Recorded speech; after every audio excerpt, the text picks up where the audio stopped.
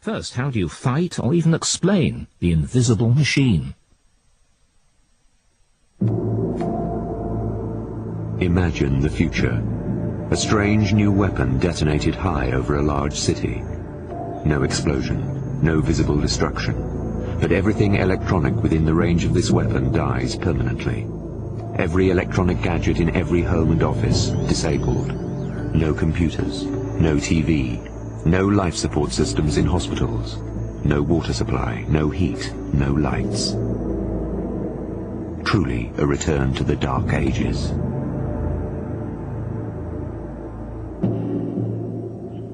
Everything that we've built up in the last 200 years, let alone in the last 20 years, would be completely destroyed, would be non-existent. Imagine the cost that it would be to rebuild our cities. Think of it in terms of transportation. We might even have to pump water. It's at that basic level. Imagine a full range of new weapons. One can take out the electricity in your city. The other can destroy you. We have been testing what I'm going to call microwave weapons for crowd control.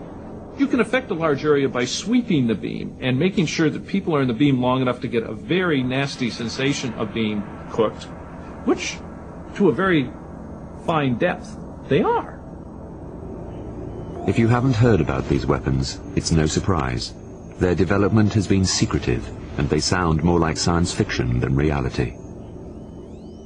We're just learning enough about the science to be dangerous. It's like giving a kindergartner a hand grenade and hoping they don't pull the pin. Welcome to the world of electromagnetic warfare.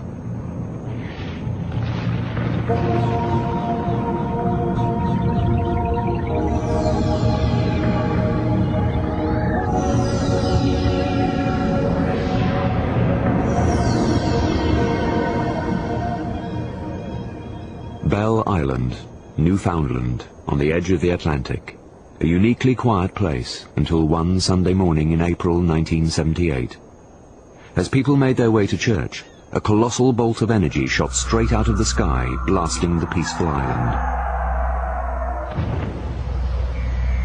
Barbara McKim witnessed the bolt from her house in Conception Bay, 20 kilometers from Bell Island.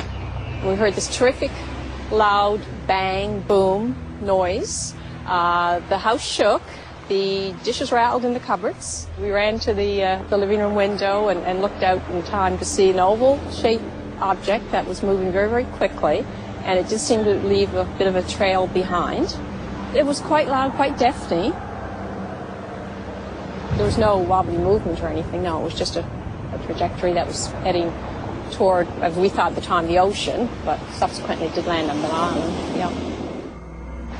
The bizarre beam was seen by dozens as it exploded onto the property of Jim and Susie Beckford, shattering the solemn Sunday morning. Television sets exploded, fuses shot out of the walls, balls of fire tore through houses.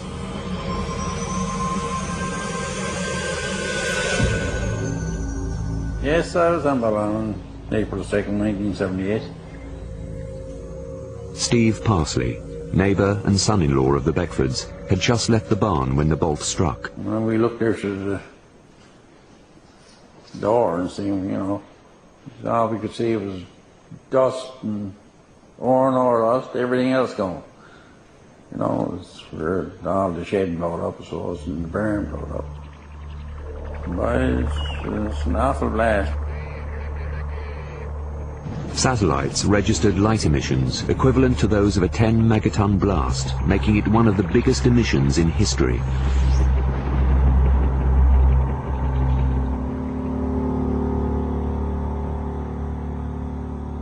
In Ottawa, Canadian military scanners also picked up the 10-megaton blast. The Prime Minister was alerted, and Fire Inspector Jim Farrell dispatched. As soon as I saw the fuses and the embedment in the wall, I knew I had something here that was different. I was amazed. The barn was in shambles. Chickens and hens were dead. When I saw the electricity after, or the supercharge after attacking the nails in the floor, when I went outside, I noticed the wires, the insulation just ripping off the wires. I showed Mr. Beckford. He was amazed. He said, "My God, what was it?" And I said, "Boy, I don't know."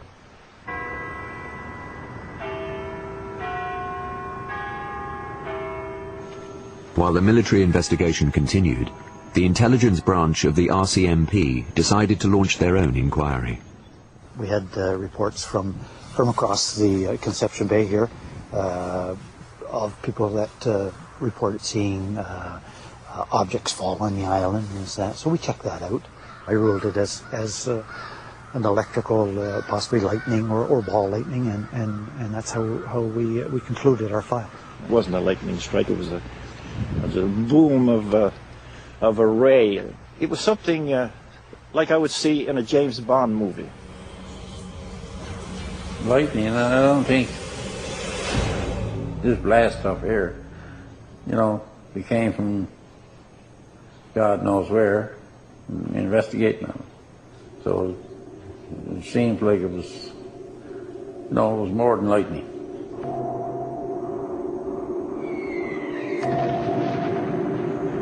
The official reports concluded that the blast was caused by ball lightning, but the local residents were skeptical and wondered if it had really been caused by a failed military experiment.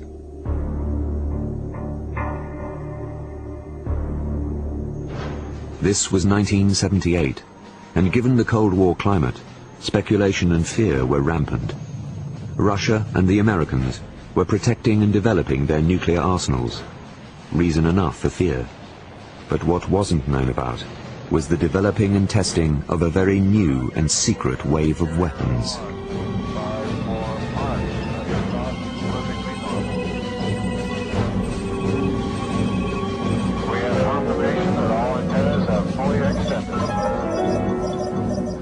By the time the blast occurred on Bell Island, these electromagnetic or directed energy weapons had been in the works for 30 years. This research has continued and will usher in a whole new way of war. The revolution in military affairs, the RMA as the military calls it, which is a total shift away from bombs, bullets, and ordnance into energy weapons as the primary driver, whether it be high-powered lasers, ion beams, microwave radiation for creating heat sensations on the body. This is where the direction is going. And the military, in a paper called The Revolution in Military Affairs and Conflict Short of War, written in 1989 by the U.S. Army War College, talked about this shift, and they equated it to the discovery of, or the introduction rather, of gunpowder in the Middle Ages in Europe and the introduction of atomic weapons in the last century. The change that's taking place now is just as profound as the changes that took place then.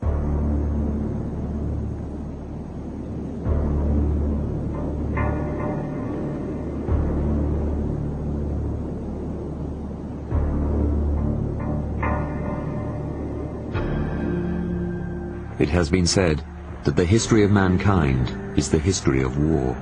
If that is true, then the history of man is about to take a frightening leap into the future. Since the beginning of the age of modern science, you've obviously seen a rapid development in rapid improvement in the technology of weapons. It's perfectly obvious. You starting with gunpowder, really. The cannon-bearing ship, the rise of air forces, improvements in explosives, and so on and so forth. When the First World War broke out, all of this military technology and force was unleashed on the world. A generation enjoying the peace and progress of liberal society was amazed and shocked. That war pitched the world into a century of violence.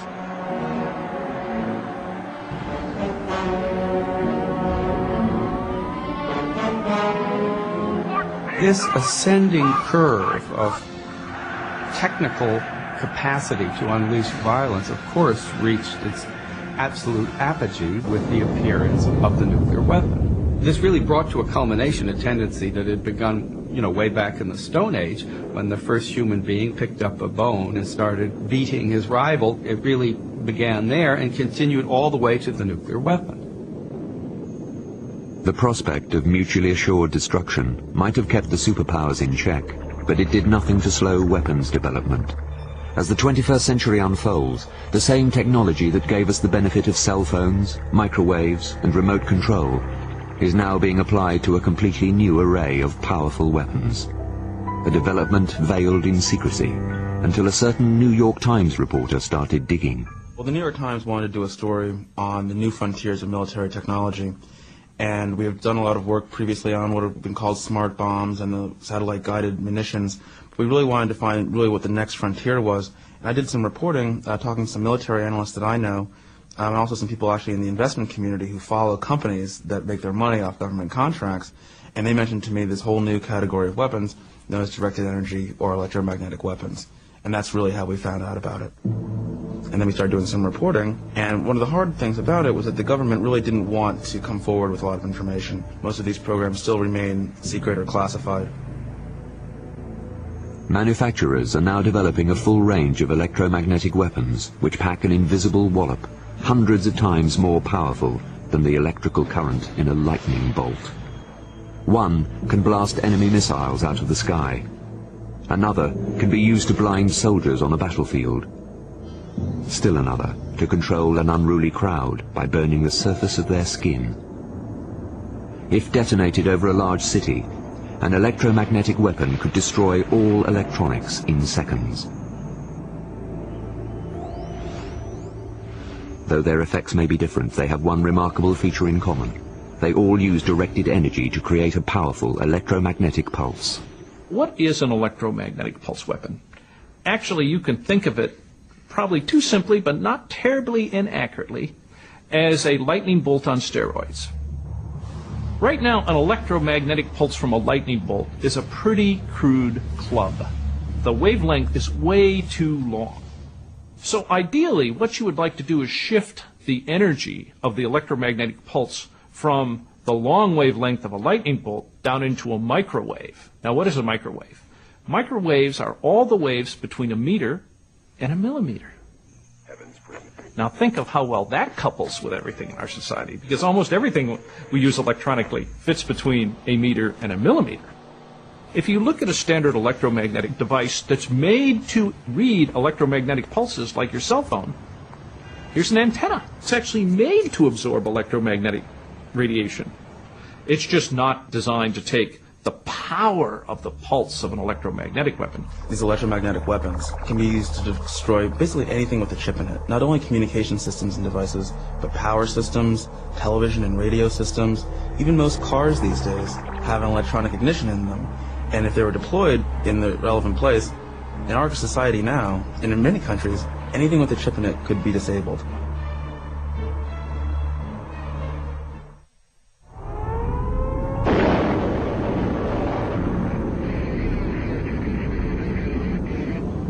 The electromagnetic pulse effect as a weapon really came to our attention quite accidentally during the early atomic tests. When the first detonations occurred, unprotected electromagnetic equipment, which we had a lot of back then, died. And of course, this came to everybody's attention because a lot of this was instrumentation that was supposed to be recording the effects of the weapon. So, of course, everybody standing around this early destroyed and arced out and melted equipment, shaking their heads and saying, what happened? Especially since there was no wind damage, there was no overpressure damage, there was just fried electrical equipment. Well, it didn't take long after a few tests and iterations to realize there's a huge electromagnetic pulse generated when a nuclear weapon explodes. And a huge electromagnetic pulse is very destructive to unprotected electrical equipment. And then it was sort of like, whoa, there's a weapon effect here.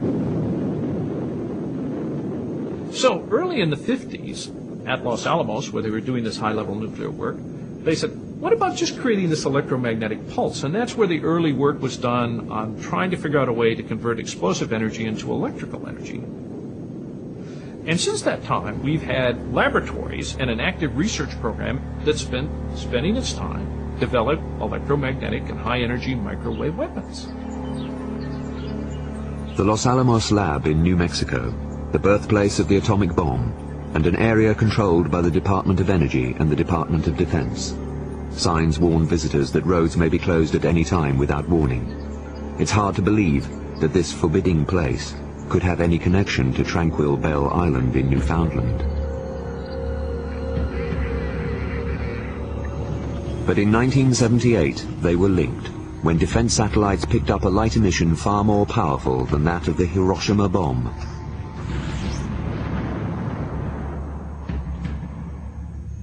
This prompted the dispatch of 2 scientists from Los Alamos to Bell Island.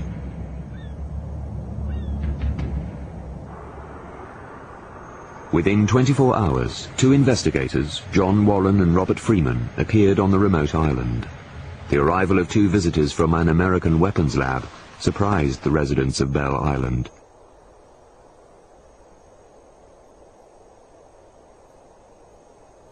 But the situation became even more bizarre with the arrival of a Russian general flanked by US and Canadian military personnel. Why would the Russians cross continents in order to conduct an investigation at the Beckford home?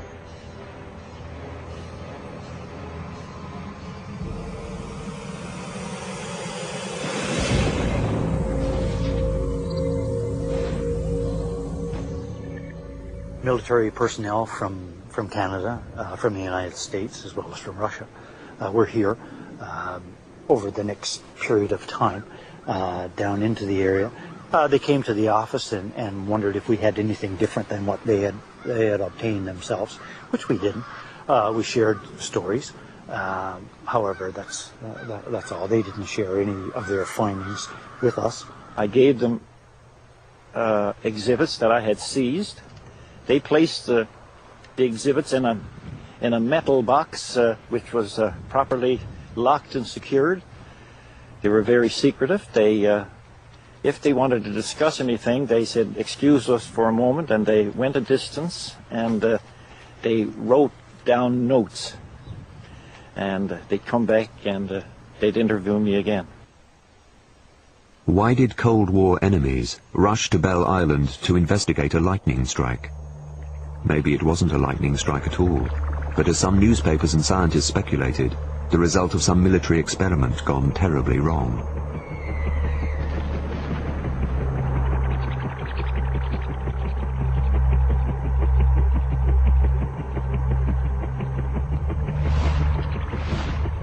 The precision of our electromagnetic pulse, much like the precision of our regular munitions, our conventional munitions, has increased significantly. So we'll be able to take out the electricity in a city block or in a command and control center, something like that.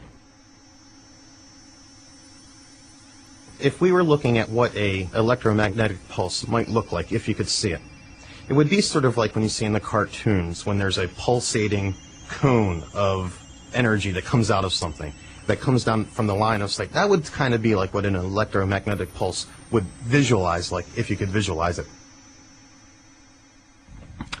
Electromagnetic waves come, of course, in all sort of forms. People may not realize that the light that that makes me visible in this moment, all right, is an electromagnetic wave. It's a particular part of what we call the spectrum of electromagnetic waves that our eyes are sensitive to. Electromagnetic waves are also heat, for example. When we say that the sun warms us up, it's a particular form of electromagnetic waves that we don't see, but that our skin sees, and sees it as warmth. We are in a soup of electromagnetic radiation. Almost anywhere you are, you can pick up your cell phone and receive a phone call. You can turn your TV and some signal will come through. These electromagnetic waves can be harnessed and used in a variety of ways. In Alaska, there is a facility that does just that. HAARP is a directed energy experiment being undertaken by the US. From HAARP's wide field of antennae, the waves are focused and beamed into the ionosphere high above the Earth's surface. The ionosphere is part of our atmosphere.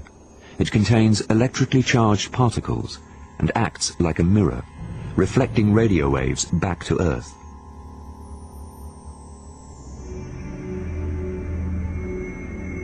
Sending radio waves into the ionosphere can accelerate its particles, heating specific areas. The particles then reflect the energy back to Earth. use a system like HARP and you can create really extreme levels of power. HARP, by sending energy up into the ionosphere in the right frequency range, can tap energy that's already there and actually convert it for use within the system. HARP is so powerful that it can actually cause the ionosphere to pulse in harmony with its signal. The HARP signal can be used as over-the-horizon defensive radar that can detect incoming missiles and aircraft. To do that, HARP uses two different systems. One to create a plasma mirror, and the other to bounce the signal. Once enemy missiles are detected by HARP, the military could use a variety of directed energy weapons to blast enemy targets out of the sky.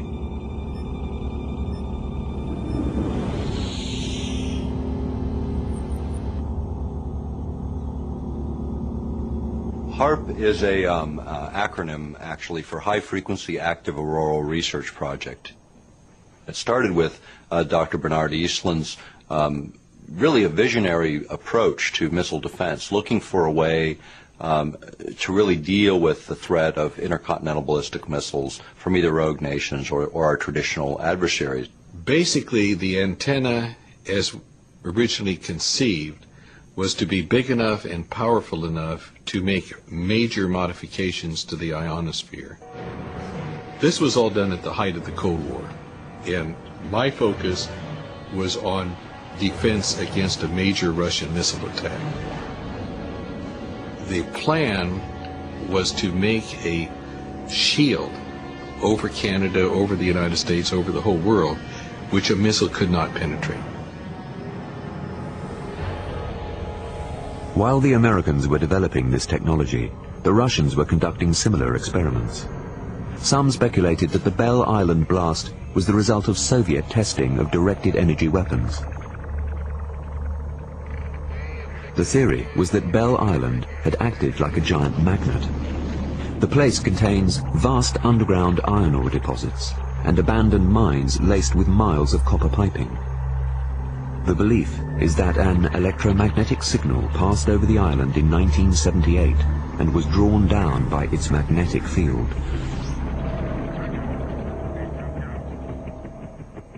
The Belle Island event is a unique event, and I have not heard of repeat events, so it's very hard to really pin down what happened there.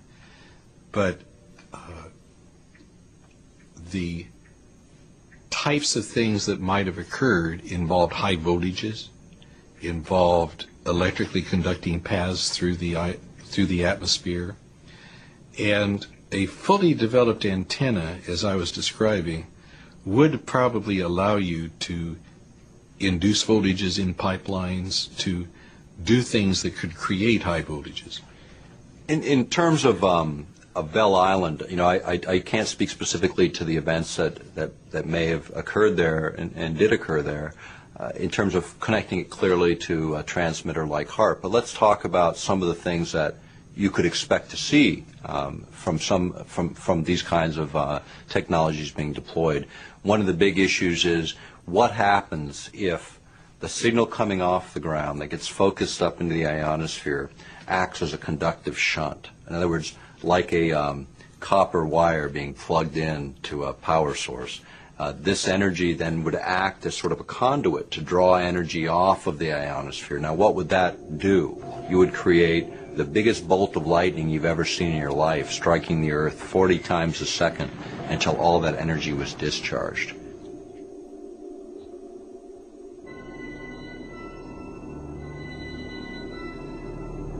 Although little was known about electromagnetic weapons until recently, the science is not new. This research started quite some time ago, in fact even before the Second World War. And the reason I think that it has only sort of come, if you can put it that way, to fruition now, is first of all that the electronic world has become so dominant. The web, the internet, and this sort of a pervasive global electronic networks, which now become so substantial that they become military targets. So if you can cripple whatever makes this global network vibrant and active and useful, you have a powerful advantage. The battlefield may already have changed. There was speculation that the weapons were used in combat in Kosovo in 1999. Then, during the war in Iraq in 2003, it was reported that a top-secret version of the Tomahawk cruise missile was fired. Shortly after the launch, the lights went out in Baghdad, though no physical damage was seen at the power plant. What we do know is that if a high-powered microwave E-bomb were deployed, it would have to be launched with a Tomahawk cruise missile. I believe, and my military sources indicate to me, that these devices have been used perhaps for the first time in Iraq, yes. But there's been no public confirmation of that. Are the days of shock and awe drawing to a close, to be replaced by invisible weapons and invisible machines? E-bombs, lasers, masers and microwaves will use directed energy to blow missiles from the sky, neutralize the enemy without bloodshed, and attack communication systems, throwing command and control centers into chaos.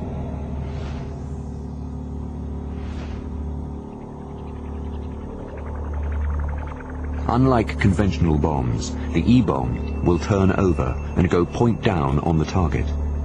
A massive current pulse runs down the bomb, driving the energy forward and dumping it into the microwave antennae. The bomb destroys itself, disintegrating high in the air just as the microwave beam blasts out onto the target area. This target area is called the lethal footprint. Everything electronic that wasn't hardened there would arc, hiss, and you would smell a lot of burned varnish. We've all burned out an electronic appliance in here, and you know that characteristic, uh-oh, I've cooked it smell. You would smell that a lot because your devices would be arcing over. The goal of the electromagnetic pulse weapon is to make portions of the circuit arc and burn. There's a second category of weapons that basically use laser energy. Whereas the electromagnetic pulse weapon is one big, powerful pulse, a laser is a continuously delivered stream of radiation with enough intensity to cause damage. We will be able to use high-energy lasers not only to defeat enemy aircraft and, even more importantly, unmanned aerial vehicles, which are small targets. We've actually successfully, in several dozen tests, defeated artillery shells with high-energy lasers that are directed at a very small spot with enough energy to detonate the shell in the air before it lands. These new weapons are not solely for use against artillery and communications. They are also designed for use against people. Obviously, one thing that's looked at is a blinding laser on the battlefield so that soldiers attacking, for instance, a particular position could be subjected to a broadband sweeping laser with enough energy to temporarily blind the soldier if he were looking in the direction of the laser. And we have been testing what I'm going to call microwave weapons for crowd control. What they do is, again, instead of using a single pulse, these are continuously directed energy weapons that heat the skin very rapidly, much like your microwave oven. In fact, almost exactly like your microwave oven, but they're controlled broadcast microwave pulses. And obviously, you can derail a opposing force very quickly if all the soldiers begin to feel a burning sensation on their skin. That's truly a burning sensation. Now, the nice thing about, from the offensive point of view of a microwave weapon, is you don't really have to critically injure people with a microwave. In war-torn countries, it is not always easy to separate the opposing forces from ordinary citizens. By using non-lethal directed energy weapons, similar to the benign red laser pointers or supermarket scanners, the military could stop their opponents without causing them permanent injury. In Somalia, what you saw were Somali militia interspersed with civilians, not wearing uniforms, almost impossible to discriminate from the civilians who surrounded them, who were then using that as an opportunity to fire upon U.S. forces. In a situation like that, the ability to disperse that force using a non-lethal system would be very advantageous and eliminates the the situation of you having to fire upon civilians in an environment where that's the last thing that you really want to do. Obviously, if your goal is to cause your opponent to desist in whatever he's doing that you don't like, as opposed to killing him, then these are ideal weapons. And as we become more civilized, and as the face of war gets more widely broadcast, the days where I think it would be politically acceptable to create mass carnage on the battlefield like was in World War I, those days are past politically. So, in point of fact, as a reality, we must have weapons that make war, if you will, to the extent it can be, make war in a more civilized manner. Electromagnetic weapons could be more civilized than conventional weapons, but the long-term effects of the atomic bomb were at first downplayed and poorly understood. Yes, atomic warfare staggers the imagination, but atomic warfare is still the old story. Get there fastest with the mostest. And because automatic bombing, although in the predictable future, is still not yet here, the best way to get the mostest there the fastest is by the wings of the Air Force. Every weapon has its unintended and its unexpected consequences. You only have to look at the nuclear weapon to see that. We see the Gulf War syndrome, now believed perhaps to be traceable back to exposure to chemicals during that war, maybe to the used again in the new war. They're not really sure about it. Nevertheless, it's acknowledged that they have had health effects that the veterans of other wars did not have, and they're being compensated by the government.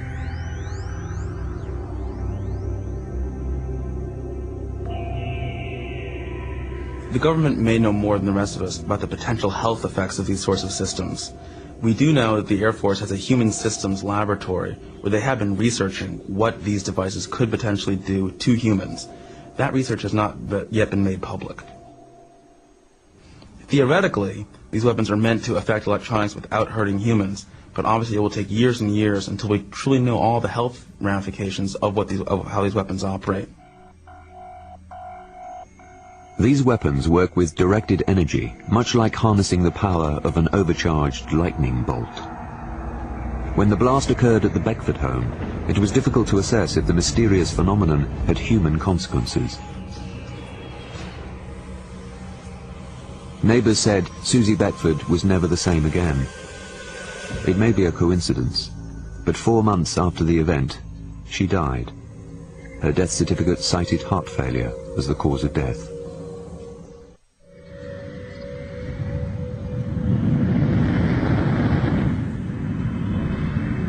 Well, it's been suggested that these weapons are more humane because they attack technology, computers and so forth, rather than human beings, and the VMADs attack the human in a non-lethal way. But that's a very tricky question because there's a distinct possibility, by the way, that others will get these weapons and turn it around and fry our computers and so forth. And believe me, the job of protecting weaponry from the electromagnetic pulse is one that has not been solved and may not really in principle be solvable. Because of its technological superiority, the U.S. military is certainly the most susceptible to those types of technological innovation.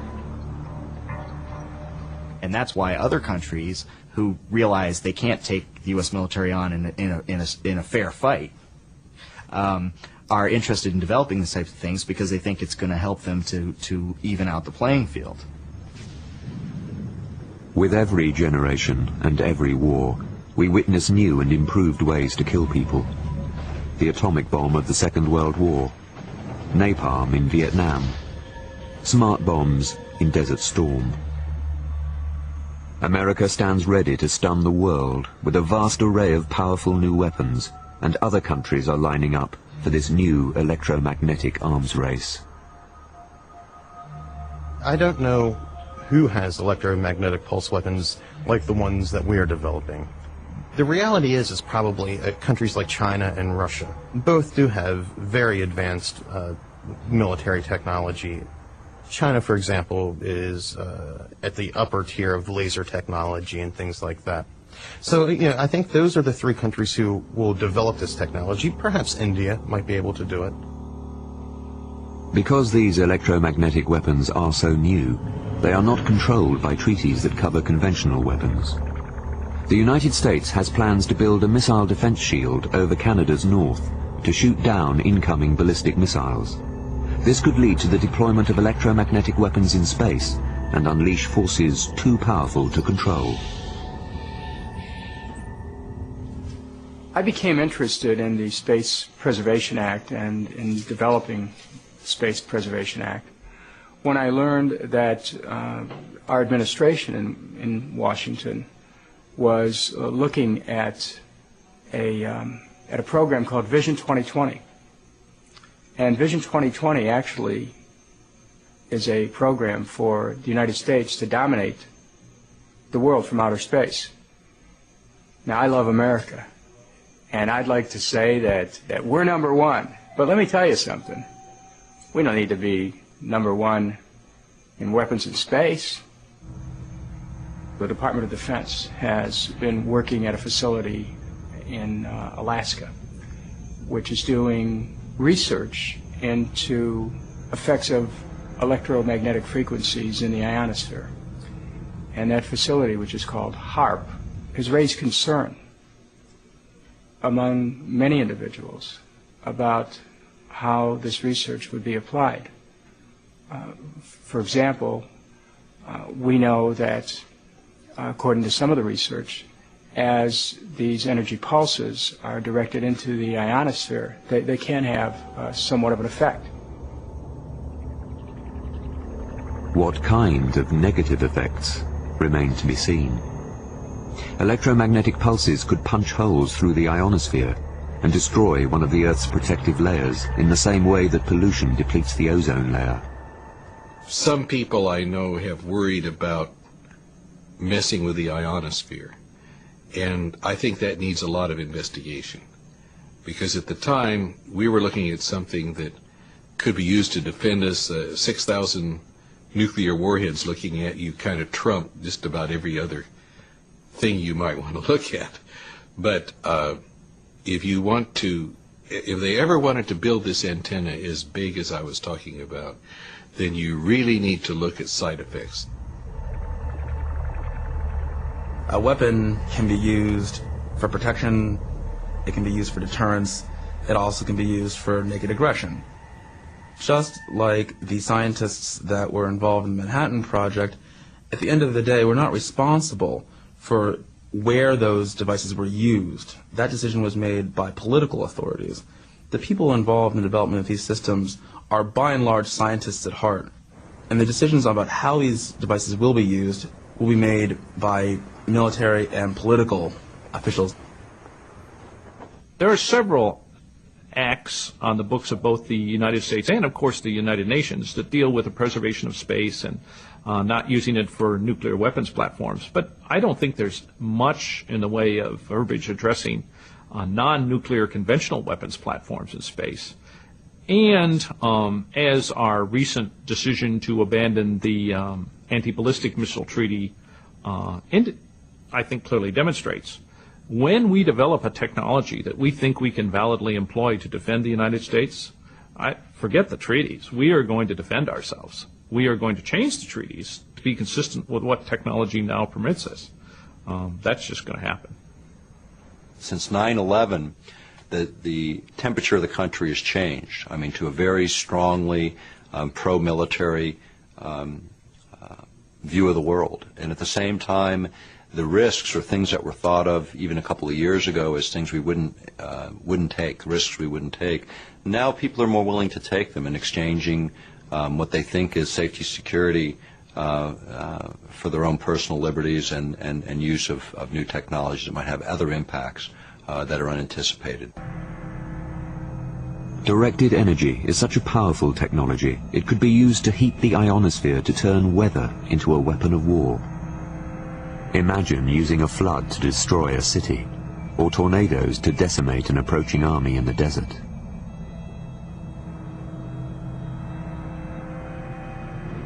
The military has spent a huge amount of time on weather modification as a concept for battle environments.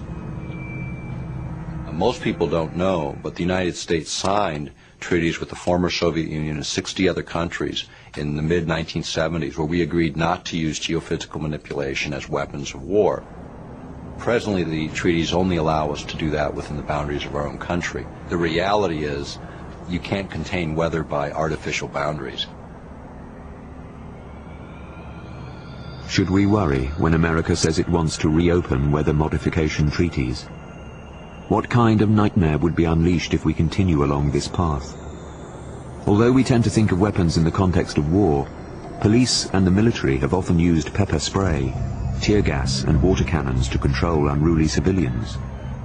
Microwave weapons, too, could be turned on ordinary citizens, but will they always be used in a non-lethal way?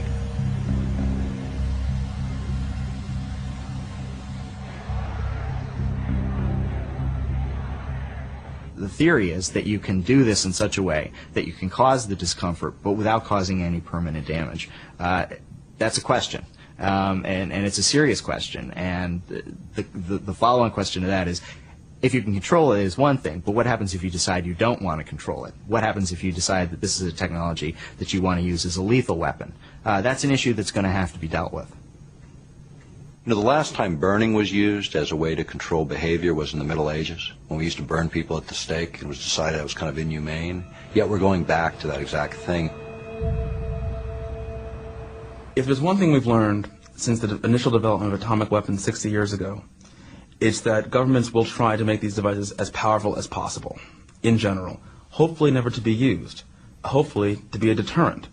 But it would not surprise anyone if the government continues to try to make these devices more and more powerful, so that at some point, we don't know, and this is speculation, but at some point it may be possible to develop a device that would disable the communications and electronic systems, anything with a chip in it, the cars, the toasters, the refrigerators, the televisions, in an entire city.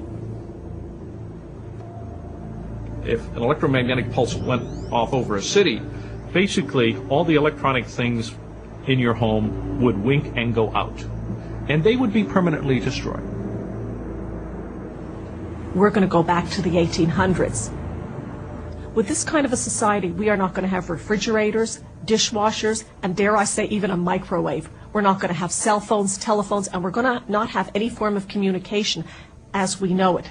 Without this communication, there's going to be complete chaos. There's going to be panic in the streets. Talk about issues of control and crowd control in particular. It's going to be complete chaos. We know that weapons manufacturers will continue to perfect electromagnetic weapons, but we don't know what the effects will be, either for the environment or for the people. Incidents like Bell Island's massive explosion of energy remain unexplained.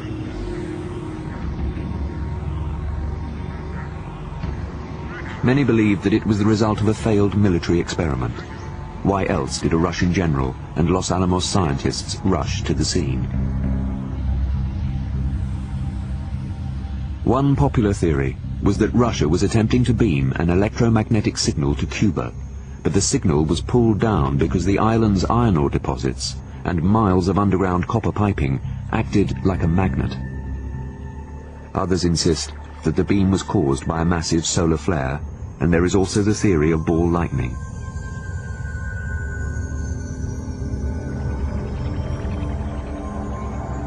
We may never know what really happened on Bell Island, whether the beam was a weapon or a natural phenomenon, but we do know that weapons which will copy the Bell Island blast are the future of warfare.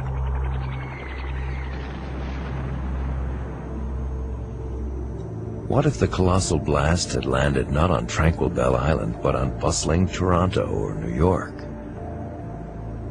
What damage would it have done in a densely populated electronic jungle? The point is, when you start looking at affecting human beings, I think we need to be involved in that discussion. Human beings need to be having that debate. If we're going to develop new weapon systems that potentially are going to change the shape of war within the democracies, particularly those that are strong in controlling the military forces of the planet right now, we ought to have those discussions, and they're not taking place. So you never know probably for years, what the long-term effects of the use of any weapon is going to be, and especially one like this that depends on sort of these intense bursts of radiation, electromagnetic radiation.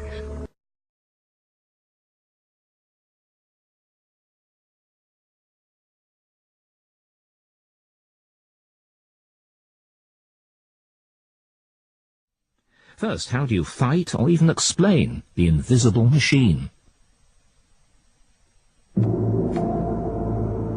Imagine the future. A strange new weapon detonated high over a large city. No explosion, no visible destruction, but everything electronic within the range of this weapon dies permanently. Every electronic gadget in every home and office disabled. No computers, no TV, no life support systems in hospitals, no water supply, no heat, no lights. Truly a return to the Dark Ages.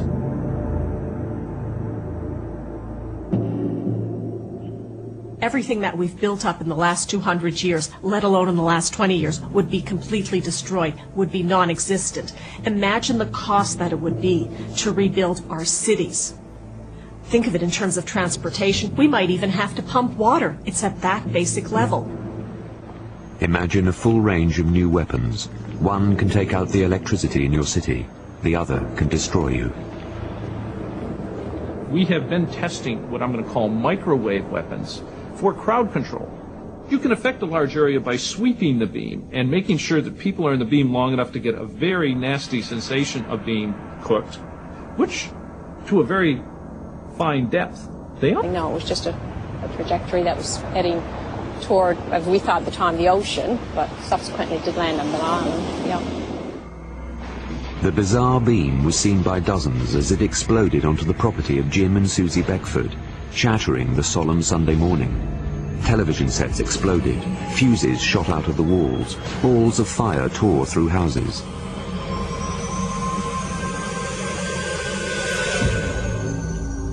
Yes, I was on Balloon, April 2nd, 1978. Steve Parsley, neighbour and son-in-law of the Beckfords, had just left the barn when the bolt struck. When we looked there through the door and seen, all we could see was dust and ore rust, everything else gone. It's where all the shed blowed up, so it was in the barn blowed up. But it's an awful blast. Satellites registered light emissions equivalent to those of a 10 megaton blast, making it one of the biggest emissions in history.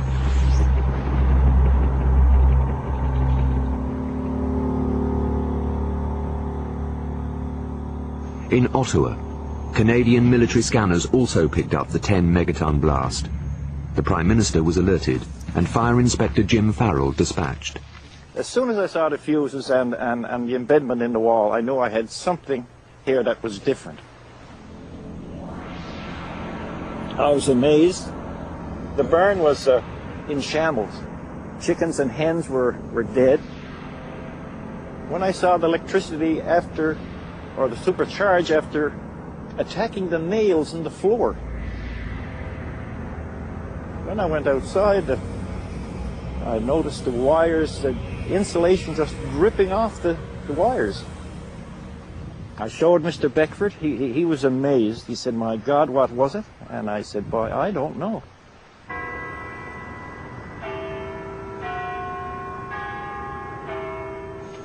While the military investigation continued, the intelligence branch of the RCMP decided to launch their own inquiry. We had reports from across the Conception Bay here of people that reported seeing objects fall on the island and that. So we checked that out. I ruled it as an electrical, possibly lightning or ball lightning, and that's how we concluded our file. It wasn't a lightning strike. It was a boom of a ray. It was something like I would see in a James Bond movie. Lightning, I don't think. This blast up here, you know, we came from God knows where, investigating them. So it seems like it was, you know, it was more than lightning.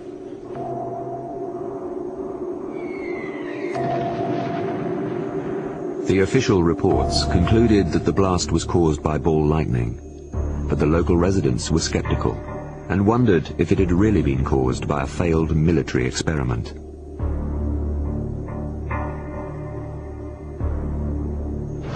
This was 1978, and given the Cold War climate, speculation and fear were rampant. Russia and the Americans were protecting and developing their nuclear arsenals. Reason enough for fear. But what wasn't known about was the developing and testing of a very new and secret wave of weapons.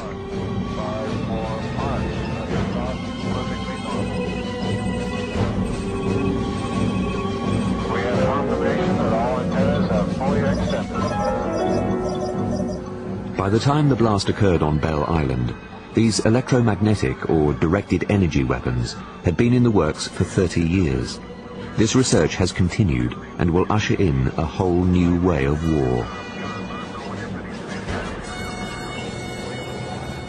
The revolution in military affairs, the RMA as the military calls it, which is a total shift away from bombs, bullets, and ordnance into energy weapons as the primary driver, whether it be high-powered lasers, ion beams.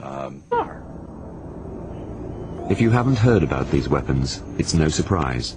Their development has been secretive, and they sound more like science fiction than reality. We're just learning enough about the science to be dangerous. It's like giving a kindergartner a hand grenade and hoping they don't pull the pin.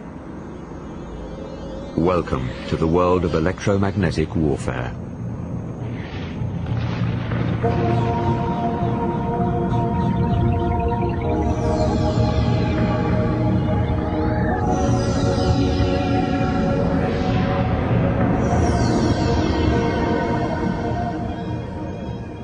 Bell Island, Newfoundland, on the edge of the Atlantic. A uniquely quiet place until one Sunday morning in April 1978. As people made their way to church, a colossal bolt of energy shot straight out of the sky, blasting the peaceful island. Barbara McKim witnessed the bolt from her house in Conception Bay, 20 kilometers from Bell Island. We heard this terrific, loud bang, boom noise. The house shook. The dishes rattled in the cupboards. We ran to the living room window and looked out in time to see an oval-shaped object that was moving very, very quickly, and it just seemed to leave a bit of a trail behind. It was quite loud, quite deafening. There was no wobbly movement or anything.